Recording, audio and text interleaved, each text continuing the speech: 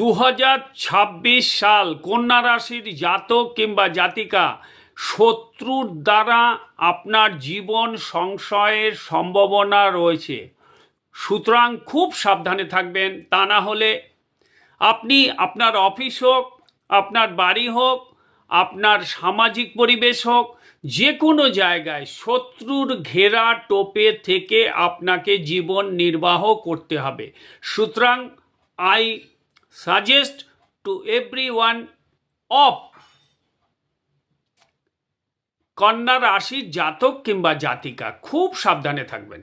তাদের কিন্তু জীবন সংশয়ের ভয় আছে। 2026 কন্যা রাশির জাতক জাতিকার জীবন সংশয়ের মুখে পড়বে।